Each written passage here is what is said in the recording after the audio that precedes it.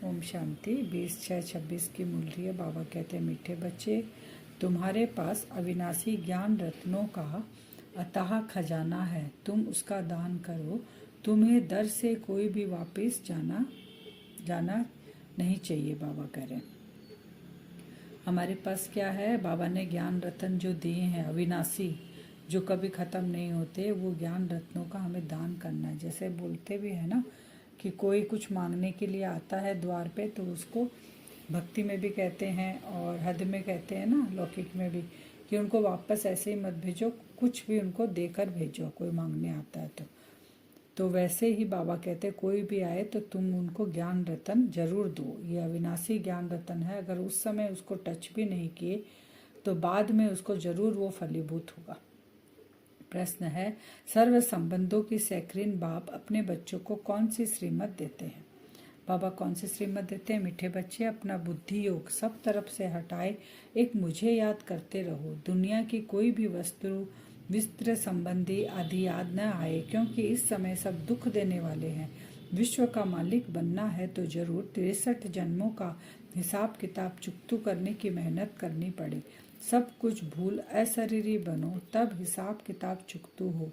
मैं सर्व संबंधों की सैकरीन हूँ। बाबा कौन है? बाबा केवल बाप टीचर सतगुरु नहीं, सारे संबंधों की बाबा सैकरीन है। तो बाबा कहते हैं तुम अपना मित्र संबंधियों जो है उनसे तो दुख मिलता है, सबसे बुद्धि योग हटाकर मेरे साथ जोड़ लो और अशरीरी बनो, तब तुम्हारे हिसाब किताब भी मैं चुकतू कर दूंगा। ओम शांति। बाप दादा बच्चों से पूछते हैं कि किसकी याद में बैठे हो? शिव बाबा की। बुलंद आवाज में कहना चाहिए, शिव बाबा की याद में बैठे हैं। तुम बच्चे अर्थात आत्माओं का कनेक्शन है शिव बाबा से। तुम शिव बाबा के बनते हो इन द्वारा, क्योंकि शिव बाबा इनके द्वारा ही मिलते हैं। यह बीच में दलाल भी कहा जाता है। अगर कोई पूछे ना कि तुम किसकी याद में बैठे हो, तो हमें वो दृढ़ता से जवाब बुलंद आवाज में देना चाहिए, हम शिव बाबा की याद में बैठे हैं। बाबा कहते हैं जिसके तन में मैं आता हूँ, ब्रह्मा के तन में मैं आता हूँ, इसका नाम ब्रह्मा रखता हूँ, तो ये हमारे बीच में दलाल है। मन शिव बाबा को हम बच्चों से मिलाने का काम करते हैं। अगर बाबा इनके शरीर में नहीं आए तो फिर बाबा हमको कैसे अडॉप्ट करे? तो बाबा कहते हैं ये बीच में दलाल है। जैसे सगाई कराते हैं ना दलाल, बीच में कोई भी बिजनेस में कुछ भी बीच में दलाल होते हैं ना, वो एक दूसरे को मिलाते हैं। वैसे शिव बाबा को और हम बच्चों को मिलाने का काम ब्रह्मा के थ्रू हो रहा है। तुम्हारा दलाल से कोई कनेक्शन नहीं, यह तो सिर्फ बीच में मार्फत है। लेन देन का सबका हिसाब किताब बाप से होना है, इनसे नहीं। बीच पे बाबा क्या मार्फत है, बीच में बाबा को बिठाया गया ब्रह्मा बाबा को, लेकिन लेन देन हमारी बाबा के साथ है, शिव बाबा के साथ। इनका भी लेन देन बाबा से है। जिस तन का बाबा आधार ले रहे हैं उसका भी किसके साथ लेन देन है? शिव बाबा के साथ, क्योंकि वो भी शिव बाबा का बच्चा है। यह भी उस बाप को कहते हैं, बाबा मेरा सब कुछ आपका। ब्रह्मा बाबा भी कहते हैं शिव बाबा को, सब कुछ आपका। तुम्हें भी एक तो निश्चय यह है कि हम आत्मा है, और दूसरा यह भी निश्चय है कि हम आत्माएं अभी परमपिता परमात्मा से वर्षा ले रही है। दो निश्चय बाबा कह रहे हैं। यही निश्चय सारा दिन नशा चढ़ाता है। कैसी भी परिस्थिति आए, कैसी भी सिचुएशन आए, अगर ये याद रहे कि मैं आत्मा हूँ और मुझ आत्मा का कनेक्शन एक शिव के साथ, वो भी सारे संबंधों के साथ, क्योंकि वो सारे संबंधों का सैकरीन है। मनसा वाचा कर्मणा तन मन धन से हम शिव बाबा के मददगार बनते हैं। यह सब कुछ शिव बाबा को अर्पण किया हुआ है। फिर शिव बाबा डायरेक्शन देते हैं, ऐसे ऐसे यह करो। इनको कहा जाता है श्रीमत। हम बाबा के ऊपर पूरा तन मन धन से बाबा के ऊपर हम आत्माएं जो है वो समर्पित हो गई। बाबा को बोल दिया सब कुछ आपका, ट्रस्टी बन गए। अब जब ट्रस्टी बन गए तो जिसको दिया है तो वो जैसे डायरेक्शन देगा वैसे ही चलेंगे, उसी को ही श्रीमत कहा जाता है। बाबा कहते हैं मन को ऐसे लगाओ, धन को ऐसे लगाओ, तन को ऐसे लगाओ, ये हमारी श्रीमत है। बाप खुद कहते हैं मैं इस पुराने तन में प्रवेश करता हूँ, यह भी पतित से पावन बन रहे हैं। ये किसने कहा? ये कौन कह रहा है? शिव बाबा। यह भी पावन बन रहे हैं, इनका भी मेरे साथ हिसाब किताब है, इनके साथ कोई का हिसाब किताब नहीं। ब्रह्मा बाबा का हिसाब किताब है सबके साथ, जो भी है हिसाब किताब, क्योंकि वो भी तो शरीरधारी है ना, देहधारी है। लेकिन शिव बाबा का कोई हिसाब किताब नहीं। तुम चिट्ठी लिखते हो शिव बाबा केयर ऑफ ब्रह्मा, परंतु माया ऐसी जो निरंतर याद करने नहीं देती। बुद्धि यो घड़ी घड़ी तोड़ देती है। अगर यही पक्का पुरुषार्थ करेंगे तो फिर दूसरा सब कुछ भूल जाएंगे, क्योंकि बुद्धि को आपको रास्ता दिखाना है। बुद्धि हमारी है, कोई दूसरे की नहीं है। हम मन बुद्धि को जैसा डायरेक्शन देंगे मालिक बनकर वो वैसा ही कार्य करेगी। तो बाबा कहते हैं अगर ये पुरुषार्थ पक्का हो जाए तो बुद्धि फिर और किसी तरफ जाएगी नहीं बाबा को छोड़कर। शरीर भी भूल जाएगा। बाबा कहते फिर धीरे धीरे ये शरीर होगा, परंतु आत्मा को इन सब चीज़ों से नफरत होगी, क्योंकि आत्मा को प्राप्तियां बाबा से हो रही है ना, वो भी अविनाशी प्राप्तियां हो रही है, तो उसको वो रस आने लग जाएगा तीन्द्रिय सुख का। तो यहाँ के जो सब कुछ है शरीर का, सबसे नफरत होने लगेगी। यह अवस्था जमाने की प्रैक्टिस करनी होती है, ये एक दिन का काम नहीं है। इसलिए बाबा कहते हैं तुम गॉडली स्टूडेंट हो, मैं तुम्हें पढ़ाने आया हूँ। ज्ञान रत्नों को धारण करो और उसको यूज करो, तब अनुभव में आएंगे तो बुद्धि अपने आप हटेगी। अंत में हमको अपना शरीर भी याद ना पड़े। बाबा कहते हैं, बाप कहते हैं अपने को अशरीरी समझ, मुझ बाप को याद करो, मैं सदैव अशरीरी हूँ, तुम भी अशरीरी थे। हम आत्मा जब बाबा के पास थी परम धाम में तो अशरीरी थी, तो वही हमें अभी अनुभव करना है कि शरीर में रहते रहते हम अशरीरी अवस्था का अनुभव करना है, क्योंकि जाएगी तो आत्मा ना, शरीर तो जाएगा नहीं। फिर तुमने पाठ बजाया, अभी फिर तुमको पाठ बजाना, ये मेहनत है। विश्व का मालिक बनना कोई कम बात है क्या? मनुष्य ही विश्व का मालिक बन सकता है। ये देवताएं भी मनुष्य है, परंतु इनको देवी गुण वाले देवता कहा जाता है। बाबा कहते विश्व का मालिक कहीं आसमान से कोई आके नहीं बनेगा। इस धरती पे ही जो आत्माएं पतित हो गई है, इस शरीर में है, शरीर पतित हो गया है, पूरी दुनिया पतित हो गई है, बाबा आकर इसको ही पहले देवी देवताएं कुल की आत्माओं को दिव्य गुण धारण कराते हैं, वही आत्माएं फिर वहां जाएगी, देवता बनेगी। दिव्य गुण जिसमें आ गए वो देवता है। लक्ष्मी नारायण विश्व के मालिक थे, इन्हों को अपने बच्चे होंगे, वहीं उनको माँ बाप मानेंगे। परंतु आजकल मनुष्य अंधश्रद्धा से इन लक्ष्मी नारायण को तुम्हें मातस्य पिता कहते हैं। बाबा कहते हैं जो आरती गाते हैं, जो भक्ति मार्ग में हम गाते पुकारते हैं, उनको भजन आदि करते हैं, उसमें क्या बोलते हैं? तुम्हें माता। लक्ष्मी नारायण के मंदिर में भी जाके, लेकिन बाबा कह रहे हैं ऐसा नहीं, लक्ष्मी नारायण को तो केवल उनके ही बच्चे माता पिता कहेंगे। हाँ, शिव बाबा जो है जिसको हम पहचानते नहीं, वो हम सबका माता पिता है। वास्तव में यह महिमा शिव की है। देवताओं की महिमा गाते हैं आप सर्वगुण संपन्न, उनकी महिमा क्या है? सर्वगुण संपन्न। परंतु उन्हों की पूजा क्यों करते हैं ये किसको पता नहीं। अभी तुम ऐसी महिमा नहीं गाएंगे कि तुम माता पिता, हाँ तुम जानते हो, हम ये नहीं गाएंगे। अब हमको पता है हम ही देवी देवता बन रहे हैं, तो हम उनके सामने कैसे गाएंगे? क्योंकि नॉलेज अभी क्लियर है। बाबा कहते एकदम तुमको नॉलेज की लाइट मिली हुई है, दिव्य नेत्र मिला हुआ, तो हम ये नहीं गा सकते हैं। शिव बाबा व निराकार परमपिता परमात्मा, उनसे ही सुख घनेरे मिलते हैं। बाकी जो भी संबंधी आदि हैं उनसे दुख ही मिलता है। यह तो एक सैक्रिन है जिससे सर्व संबंध की रचना मिलती है। इसलिए बाप कहते हैं मामा काका चाचा आदि सबसे बुद्धियों घटाए, मामे कम याद करो। गीता में तो यह है, लेकिन किसने सुना, किसने माना? किसी ने नहीं माना। पूछते हैं लोगों को, बोलेंगे हम रोज गीता पढ़ते हैं, रोज गीता सुनते हैं, रोज गीता का अध्याय करते हैं, लेकिन क्या हुआ पढ़कर? क्या अपने में परिवर्तन आया? एक कथा के रूप में पढ़ लेते हैं, बंद कर देते हैं। ये है सच्ची गीता जिससे हम अपने आप को परिवर्तन कर रहे हैं, आसुरी गुण को चेंज कर देवीय गुण धारण कर रहे हैं। उनको ही बाप बैठ बताते हैं तुमने 84 जन्म कैसे लिए। जो देवकुल की आत्मा, हिसाब ही उनका है। जो पहले पहले पूज्य देवी देवता बनते हैं वही पुजारी बनते हैं। भगवान की तो महिमा अपरंपार है, लेकिन शिव बाबा की महिमा क्या है? अपरंपार। उनकी कितनी महिमा करें। कहते हैं हे बाबा तुम्हारी गतमत न्यारी, अर्थात तुम्हारी जो श्रीमत मिलती है वह सबसे न्यारी है। भगवान की गतमत न्यारी है। वो क्या कब कैसे करेगा, क्योंकि उसके ऊपर कोई नहीं, हमें उसके बारे में कुछ नहीं पता, वो ही आके अपने बारे में बताता है। तो अपरंपार महिमा है। बाप को कहते ही है गति सदगति दाता, परमपिता परमात्मा। तो बुद्धि ऊपर में जाती है, दुख के टाइम उनकी ही याद आती है।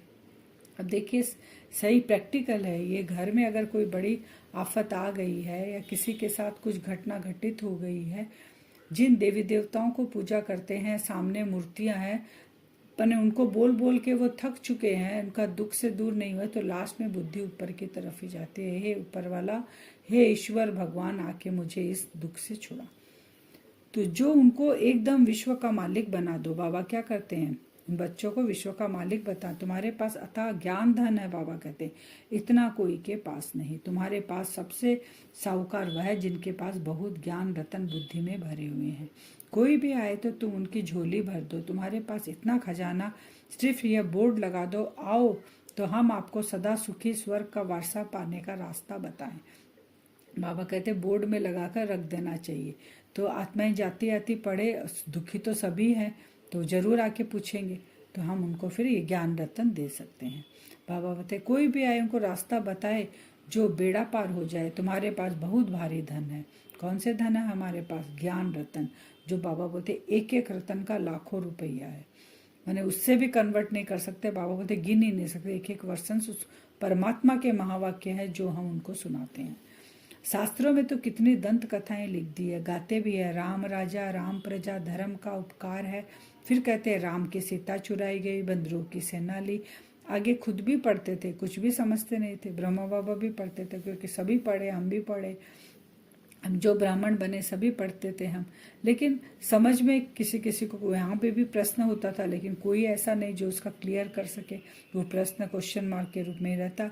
अब बाबा हमको सब क्लियर कर रहे हैं कि राम जो भगवान है, जो सर्वगुण संपन्न है, उसकी सीता चुराई, वह चुराने वाले रावण कैसे आ गया? दोनों चीज एक साथ नहीं हो सकते हैं। अगर सुख है तो दुख नहीं है, दुख है तो सुख नहीं है।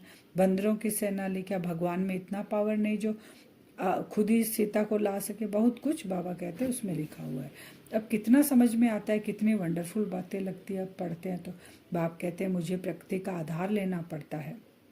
त्रिमूर्ति में भी ब्रह्मा विष्णु शंकर दिखाते हैं, परंतु यह भी समझते नहीं कि विष्णु कौन है, कहाँ के रहने वाले हैं। विष्णु के मंदिर को नर नारायण का मंदिर कहते हैं, परंतु अर्थ कुछ भी नहीं समझते।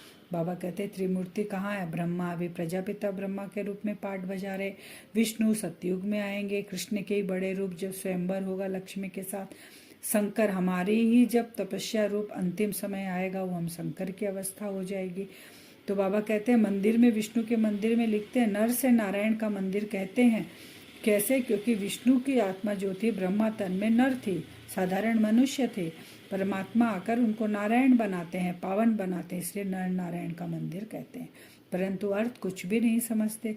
विष्णु के दो रूप लक्ष्मी नारायण है जो सतयुग में राज्य करते हैं। तो कंबाइंड रूप दिखाकर चार भुजा दिखा देते नारायण को, दो लक्ष्मी की दो नारायण की। फिर बाबा कहते हैं वानप्रस्थी बनने का रिवाज भी भारत में है। 60 वर्ष के बाद गुरु के पास चले जाते हैं। बाप इनमें प्रवेश कर कहते हैं अब तुमको घर चलना है। मैंने 60 बरस के हो जाते थे ना, जो भी अपना लौकिक जो भी व्यापार है, जो भी धंधा धोरी करते थे, सब बच्चों को संभाल के वानप्रस्थी चले जाते थे, गुरुओं के पास आश्रम में रहते थे। तो बाबा कहते जब ब्रह्मा के तन में शिव बाबा आए तो उनकी भी एज 60 वर्ष की थी। तो बाबा कहते अब तुमको यहाँ कुछ नहीं मिलना है, अब तुम आत्म अभिमानी स्थिति में स्थित होकर घर चलो, परम धाम।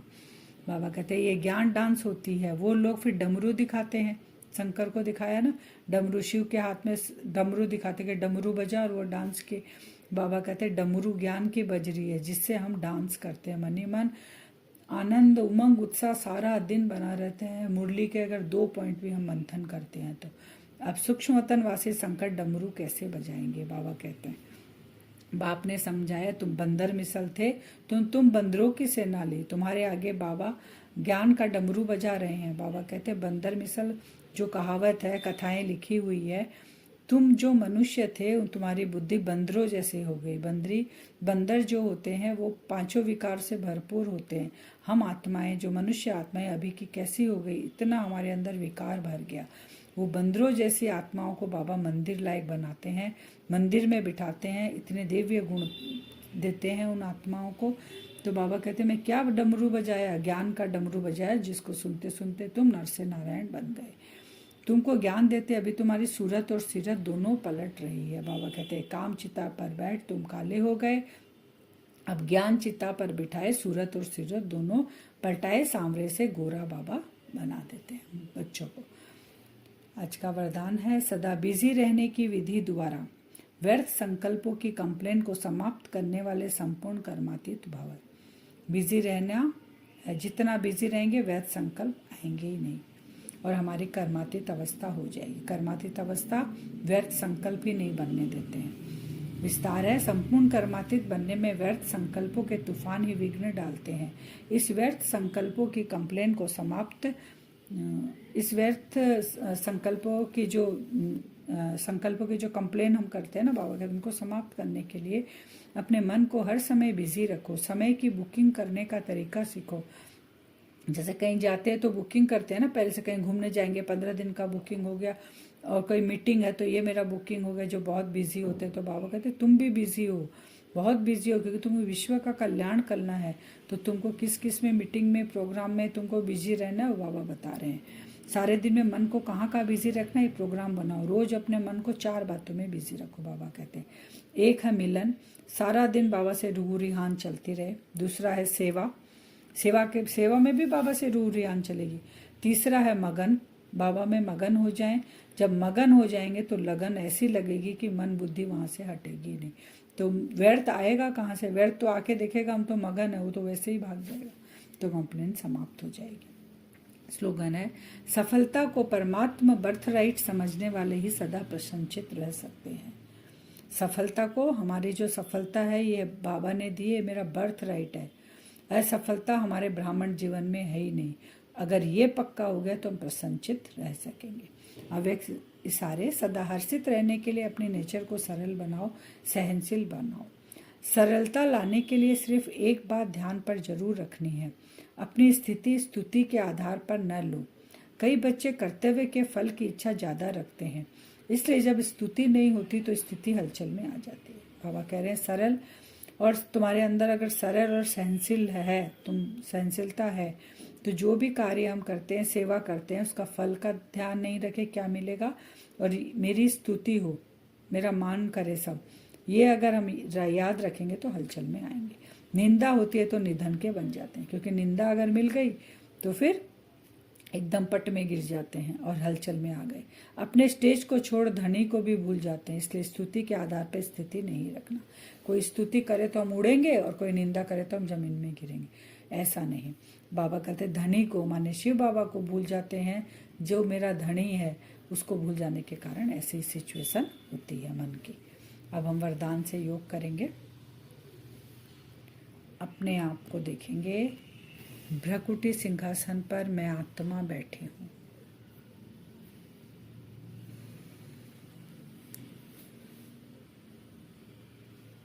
उड़कर चलेंगे बाबा के पास, मधुबन डायमंड हॉल में अपने आप को देखेंगे। डायमंड हॉल के एकदम सेंटर पे, कितना बड़ा हॉल है हम जानते हैं, एकदम बीच में देखेंगे जाके 2 सिंहासन रखे हुए आमने सामने। एक में जाकर हम बैठेंगे, आत्मा भ्रकुटी सिंहासन पर। ये तो कंटिन्यू विजुअलाइज करना है। उस सिंहासन पर जाकर हम बैठ गए। अब बाप दादा का आह्वान करेंगे।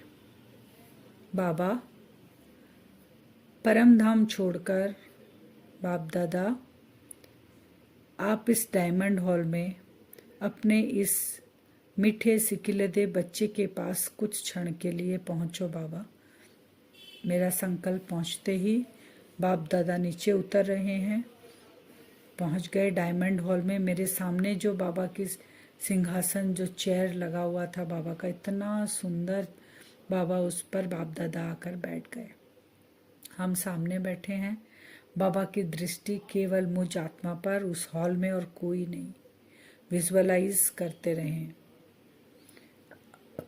आज जो भी व्यर्थ चल रहा है, उन सब व्यर्थों का दाह संस्कार करना है बाप दादा के सामने बैठकर। बाबा की दृष्टि मुझ आत्मा पर पड़ रही है। विजुअलाइज करते रहे। पावरफुल दृष्टि बाबा मुझे दे रहे हैं। बाबा का हाथ मेरे सर पर है। विजुअलाइज करेंगे।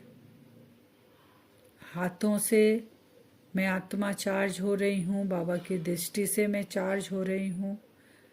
मन बुद्धि के अंदर जैसे ही वो टच करती है बाबा की किरणें, व्यर्थ तो सारे खत्म हो रहे हैं, जलकर निकल रहे हैं।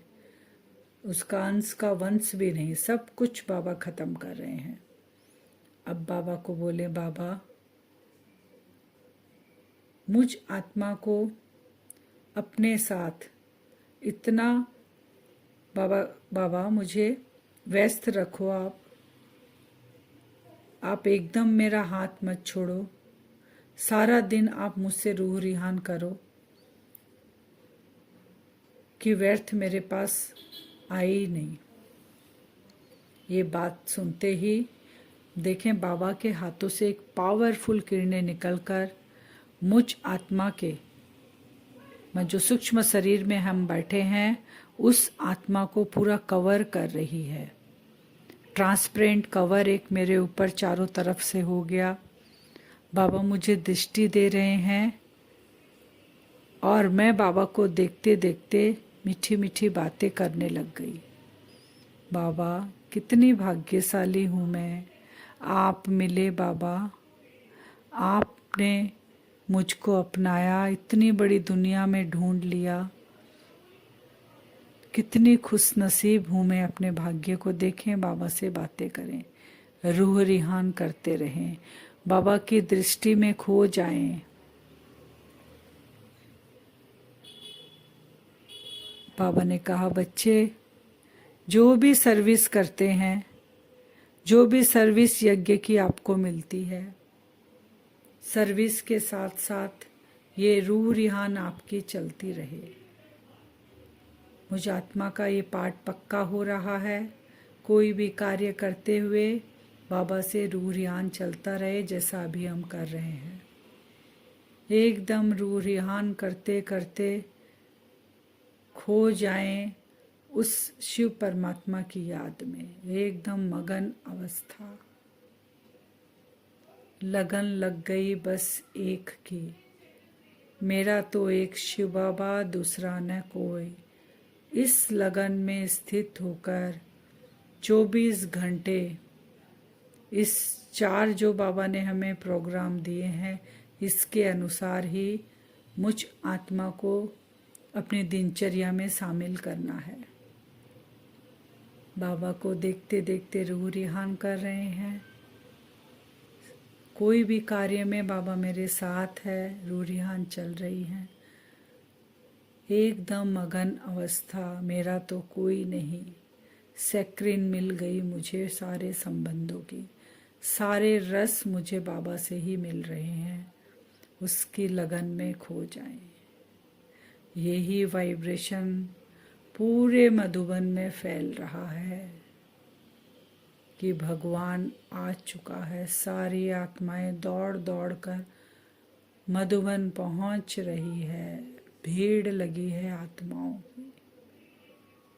ऐसा ही हम आज बार बार विजुअलाइज करेंगे, डायमंड हॉल में बैठेंगे उस मगन अवस्था में और अपनी दिनचर्या में चारों प्रोग्राम सेट करेंगे। व्यर्थ तो छू भी नहीं सकेगा। ओम शांति।